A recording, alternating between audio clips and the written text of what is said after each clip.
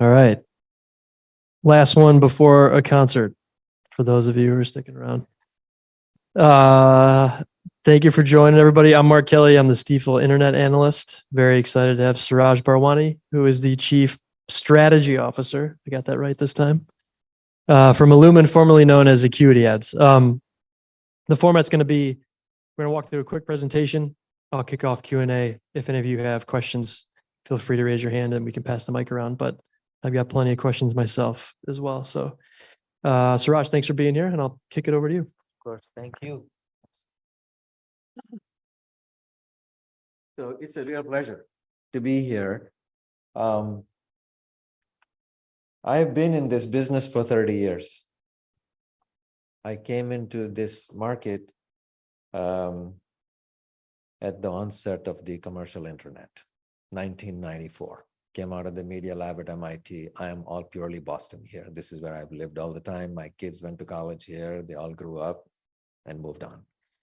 It's kind of a bittersweet thing that we are wrapping up our life here in Boston. The kids are all moving on to their positions in LA and Manhattan and other places. And so we have to close it down, and I'm moving to the headquarter offices for illumin in Toronto. So this is fun. This is sort of a wrapping up time for me here in Boston. So it's good to sort of be in front of you. It's very exciting. So much has happened here in the industry that you have to know that story to even understand why illumin even exists. Why did it have to exist? Let me go there.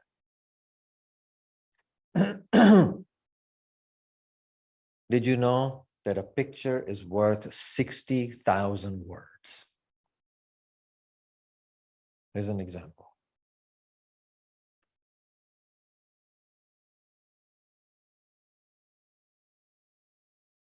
That's 60,000 words describing Mona Lisa. You can read it. Or you can just see that picture of Mona Lisa and come to your own feelings and interpretation of what this is. Or these days, it could just be the Mona Lisa emoji, and it tells you everything you need to know. Very compressed conversations happening these days, right? Why? Because humans have lived with visual imagery for millions of years. That's what our minds are attuned to. So it processes very fast. Blocks, images happen rapidly through the human mind. Text is only 100,000 years old. So it takes a while for us to read through, process, interpret. You with me so far? That's the beginning of life. Okay, so why does it matter? It's because human ability to adopt anything, therefore, in those images and blocks is far more rapid and fast. Do you need more evidence? This is the DOS operating system. It's all in lines and text. 60 million devices adopted this thing. You bring in blocks and images, and all of a sudden, you have over 1 billion people adopting, right? It's fast, quick. Another example, I loved BlackBerry. It was nice. It's got the tactile feel. It was the thing, right? 85 million. Here we are, bring in the images and the blocks, and all of a sudden, over 1 billion people use it. Love it. Okay. What else do you get when you move to images and blocks? Industries get transformed. There's an example. What is that? Does anybody even know or remember what the hell this is? This is the superpower Sabre system. The reservation system from airlines and hotels had every piece of inventory mapped out in there in some arcane language that nobody understood other than those operators there. Every piece of travel planning and booking had to happen through these people. You couldn't do anything yourself. This is 1980s. Fast forward. This is today's travel planning and booking. This is how it happens. Very intuitive, very simple, easy to do. Do you know what percentage of the people actually do their own booking now? Anybody want to guess? That's high. The exact figure is 78% last year, 2022. Okay. All right. Now take a guess what this is. This is the modern advertising for all things digital. Does this remind you of what I just showed you in the travel planning and booking systems? It's a ton of line items, thousands and thousands of them. Every one of these line items represents some slice of human attention. 5 seconds, 10 seconds to 30 seconds to you name it. Billions of them, billions of transactions. I'm talking every single day transacted this way in this arcane form, which represents all those slices across all of these different media channels, whether it's social or native or display or whatever it is. Making sense so far? Hang tight. You will see exactly where I'm going with this thing. All right. All of that arcane line item based billions of transactions are all nicely and beautifully boxed into black boxes and is spread out across hundreds of walled gardens and black boxes. Okay. It's all mysterious now. Nobody really knows what the hell happens there.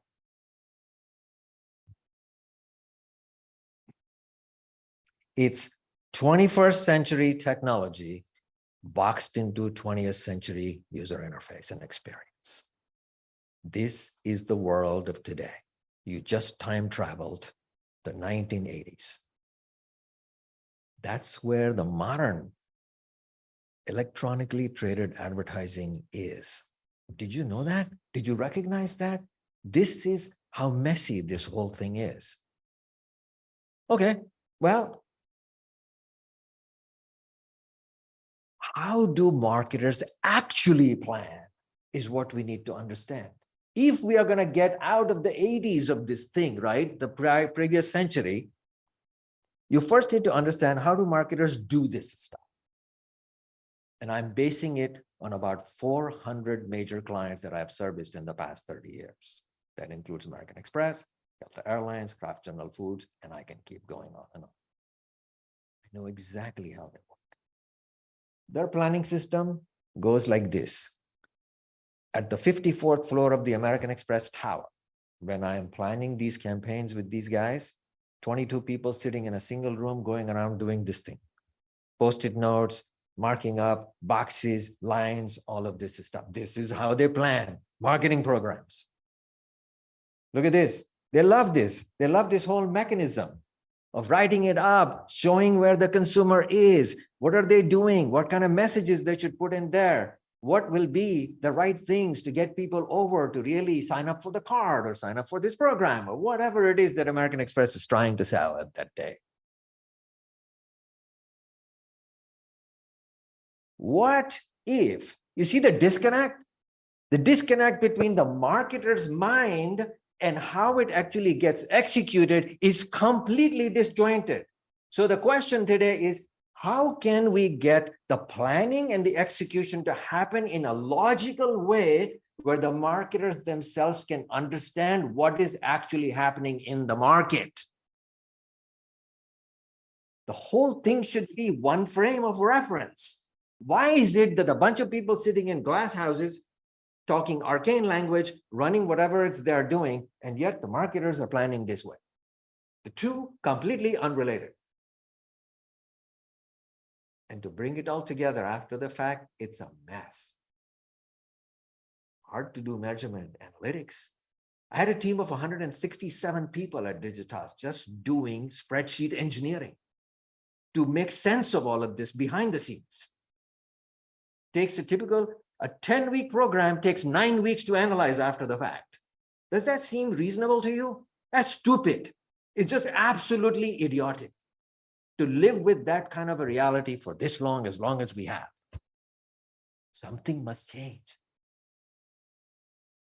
That's called journey advertising, which Illumin introduced to the marketplace.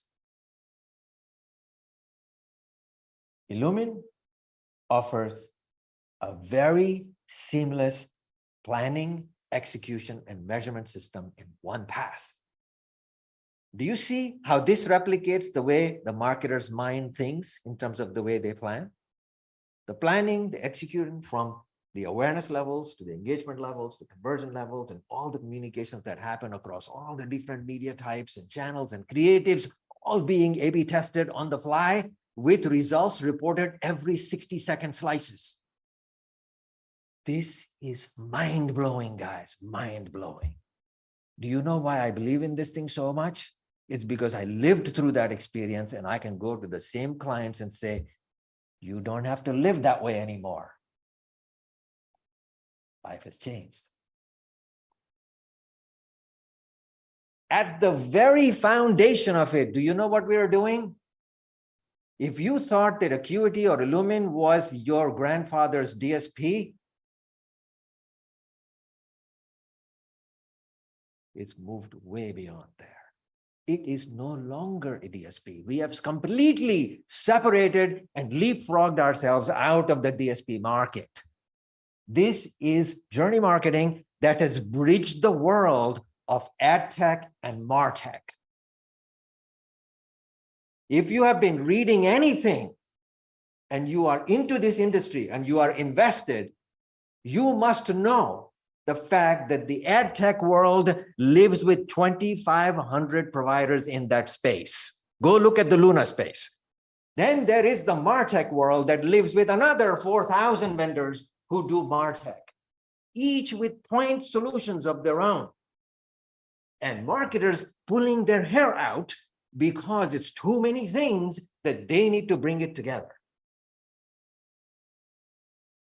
Under no circumstances is this a reasonable thing for any advertiser to deal with. We bridge the two together under a common platform. This is the breakthrough. If you thought we were a DSP, no DSP in today's world of the 67 that exist in this market do this. Done. That's our uniqueness to the marketplace. We are a different entity. We are a different animal.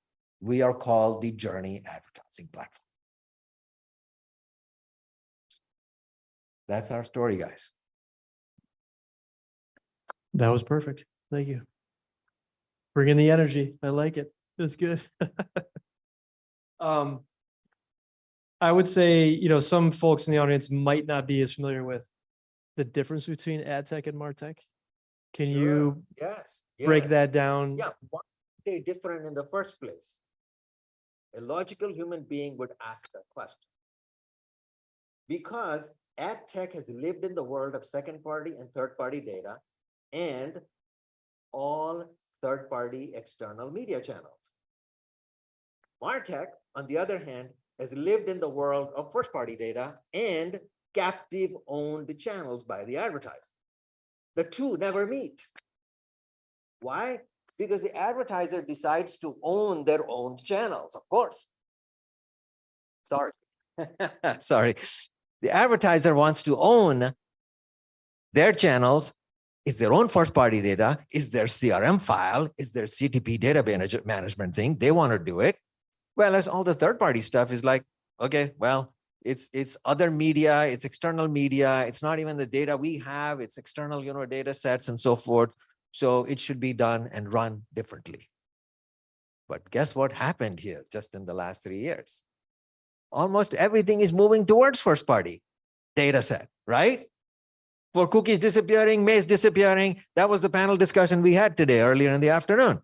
With all of that disappearing, if everything goes on a same baseline infrastructure for the data set, well, then what's preventing the channels from operating together? Not only that, look at it from the consumer's point of view. Consumers don't care whether the message is coming from the ad tech platform or the martech platform. For them, is this a seamless communication? You told me one thing, Then you told me the second thing. Then you told me the third thing. It should be one nice sequential arrangement for guiding the consumer all the way through to the end game, whatever need they have to satisfy that. But with two separate systems, the messages are all over the place. It's massive confusion. It's almost as though the market is fragmented and the marketer said, well, then we need to align with the isolated siloed channels. So maybe we should get fragmented internally. So now our organization is all siloed. Wow, everybody's chaos at this point. What? No way in hell could you sustain that. It's too expensive. And marketing budgets, are fixed. Has anybody said that our marketing budget is actually going to grow? No, it's a fixed budget. It's the first place people go when they are anticipating some sort of a troubled economy to cut. That's the first budget that gets cut. And so they have to be careful. They are in the savings mode. You want to know what P&G is doing with their $4.5 billion they spend annually? Just read what they are doing. They are bringing all of this in-house. This stuff that I'm talking about is the most intuitive thing for an advertiser to bring in-house. Why? Because you don't need to pay $300,000 a year for paid talent expert who is just capable of running this sophisticated trading platform. An average marketing analyst should be able to do this stuff. That's where I made a big deal about why user experience, visual imagery, intuitiveness really matters. We will transform this industry. We will. This is what this is for. And the consumer has no idea what ad tech is or marketing tech. They have no idea. And you get the same, maybe different messages, but a message from the same company over and over again. So frequency capping is what it's called, the frequency that at which you see an ad. If you get too many ads, it's obviously a poor user experience and you can be turned off by those ads. Completely. Yes, exactly. And no one does this where the two are put together. Nobody has done this yet. And I would imagine this is resonating with your advertiser clients. So maybe can you talk about, I think you had, a handful of major brands using the platform last year. You just went through a major rebrand. We finally went to rebrand. The way it happened was we went away from Acuity as the platform because that was the DSP. We moved on to becoming a journey advertising platform, and we called it Illumin. That's how we launched the platform. And then we recognized it's like there was no reason to have the company name to be Acuity either. So we completely changed ourselves about a month ago to Illumin, the company as well. And you, and for those who are curious, Illumin comes from the word illumination. And what are we doing? It's two sides of the same coin. Illuminating in the sense guiding the consumer, and on the other side, the marketer who needs real-time insights to become smarter about how marketing can be executed and optimized. So it's serving both sides.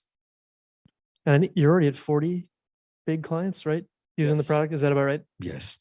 I guess, given that it's only a month since the rebrand, 40 is a big number in my mind, I guess. Well, we've been in the market for about 2 years. Yeah. And so, yes, we've been working from the early beta to onboarding the users and so forth. I think what you're noticing now is we had a lot of managed service clients, where we were servicing them with the legacy platform. But with the onset of Illumin, we are recognizing more and more clients are saying, hey, we can do it ourselves. Just let us run with it. And so our entire focus now is shifting towards letting the marketers bring it home for those who are in-housing. I'll be very specific here in terms of stats. Look at the last ANA report that was just published early last month, which shows the data on in-housing trends by brand marketers. The 50,000 top marketers that are part of the ANA membership. If you look at that report, you will find that 82% of them have actually in-house social. which is Facebook and Instagram and all of that, right? They do it in-house. 32% have in-housed programmatic. Okay, why the discrepancy? There's your answer. The big deal that I've been making all along. These things are hard to use. They're difficult. You need talented people. They can't recruit. So therefore, the adoption rate has been poor. But how are we going to get from the 32% to the 82% gap? Well, this is it right here. Make it easy, make it more intuitive. So it doesn't take forever and it doesn't cost tons of money and it's not hard to recruit people. All of the basic blocking, tackling problems to solve, that's how we get this adoption. What's the target customer right now? Right now, I will tell you, there is a deliberate choice we make. And the choice is to avoid the advertisers that already have solid annual revenue commitments to the Trade Desk and to DV360 from Google. Why? We have no interest in banging our heads against the wall. If those people want to muck around with those kinds of arcane interfaces and work with that, more power to them if they're sold on that. We are going after our core audience right now is revenue of $200 million to $2 billion. Really, the mid-market is what we call it. These people are the most interested in figuring out how they can own this themselves and run it themselves and do all of those things. A lot of Trade Desk stuff and all the Google stuff is really all going into the agency business. And so they're going after larger agencies, paying umpteen fees, whatever that is that goes with it. We're not going there. We are about eliminating the fees. We are about eliminating your cost structure from $1 to 50 cents. That's what we want. We want you to get better return because when you go self-service with this thing, it's highly efficient on that front as well. So there are fundamental economics, usability, all of those trends are in our favor. Shame on us if we are not the one really capitalizing on this opportunity because we are the first platform for journey advertising, period. How do you onboard new clients, especially on the self-service side? You know, there's, I'm sure, a lot of hand-holding that goes on. There is less hand-holding if the client already has the talent in-house that is using some of the social stuff or doing it themselves. So yes, we have to train, but less training, right? But in the case where they don't have the talent, then we are ready to go in the hybrid mode. We will provide them the training wheels that they need, which is expected. We'll provide the certification that they need. All of that stuff is required in the first couple, 3 months to make sure that they have stabilized it, they've learned it, they can use it the best way, and then we roll from there. Okay. All right, perfect. We talked about this a little bit earlier on the panel, but consolidation in the industry, way too many players. When do we start to see that consolidation pick up? Is it now? Well, do you think? This is it. You're seeing consolidation in progress. Does anybody see through this? What is it that Illumin is doing? The single most important thing we are doing is, remember, traditionally, programmatic has been known as a performance medium. It's all about performance. Lower end of the funnel. Clicks and conversions. What are we doing here? We are taking them upstream into engagement, into awareness, all of that stuff. And then all the other stuff that's coming, the email and SMS and everything else. Consolidation will happen when, your point earlier, the reach and frequency and the management of frequency can actually happen across all of those media types throughout the journey. That's where the big efficiency is. But there's flexibility too. Like, for example, right now, this year, what do you think are the 2 big things on the advertiser's mind? One is all about results and performance for the dollar that I invest in marketing, right? Because tough times. Second, volatility means a lot of uncertainty. I need to be able to move the money upstream or downstream, depending on when it makes sense for me to take advantage of that, right? Okay, so traditionally, when you run money in the equity side, awareness, brand equity side, the attribution and getting outcome for that is very difficult to see how that influences the downstream outcomes. how it influences performance because it's removed. Those are two separate teams, sometimes two separate agencies running that. This platform brings everything together, which means you can get accountability, you get attribution. All of that is happening in real time. Well, that's about as flexible as anything gets in marketing. And so we are solving both the problems at the same time here. So a lot of on the buy side, the demand side platforms, or I guess anyone in ad tech, a lot of them seem to think that they have some unique access to inventory that maybe isn't available. And then you've got folks like Pinterest who are actually opening up to third parties, such as Amazon. That's the first partner. Which way do you think the market moves? More the Pinterest way, or do you think, more walled gardens over time? Okay, so this is very interesting. So I've been in very unique places in the past and done a million different things along those lines, right?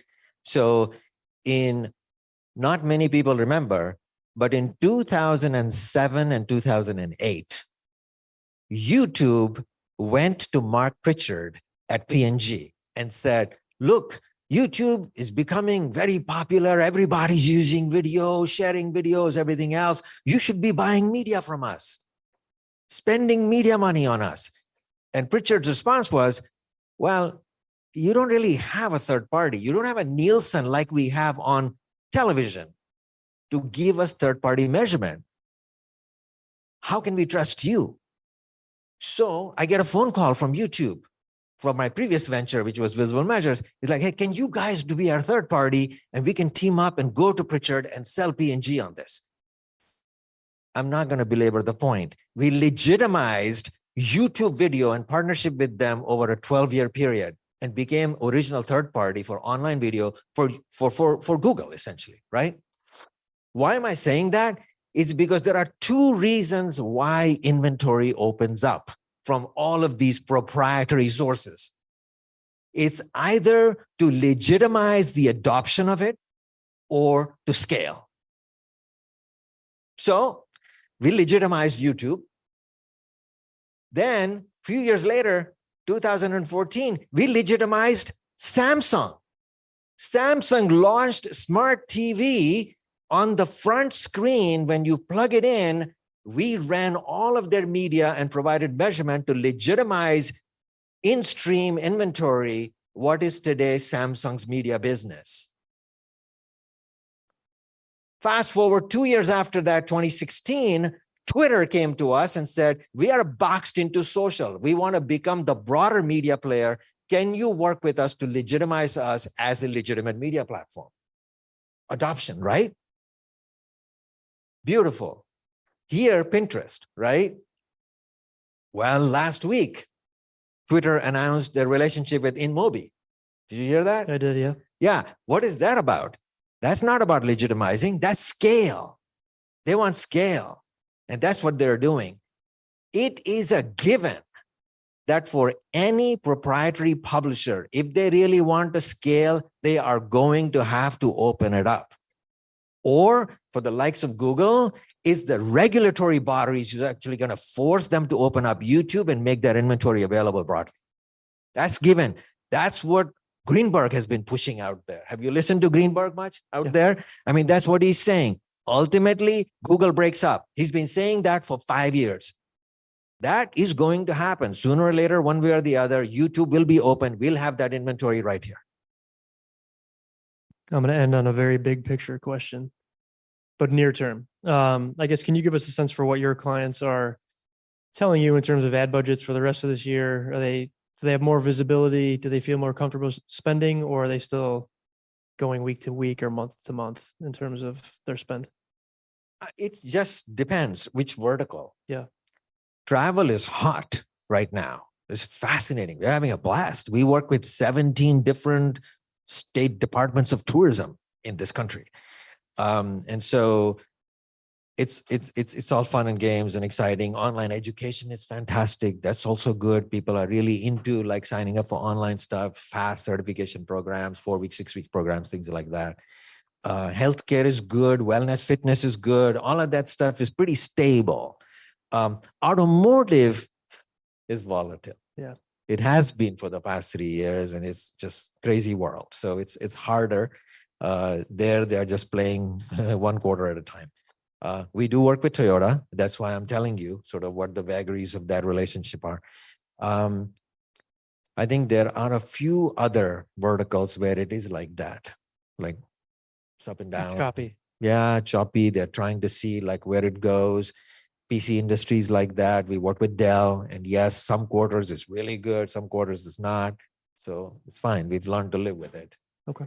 But the fact that we have good, solid healthcare clients like United Healthcare is fascinating, beautiful. Nothing changes. They always spend and spend more, and they're doing great. I mean, it's just a great brand. And so we've had a great time there. I think we could keep going, but we're out of time. This is great. Thank you very much. Thank you, Mark.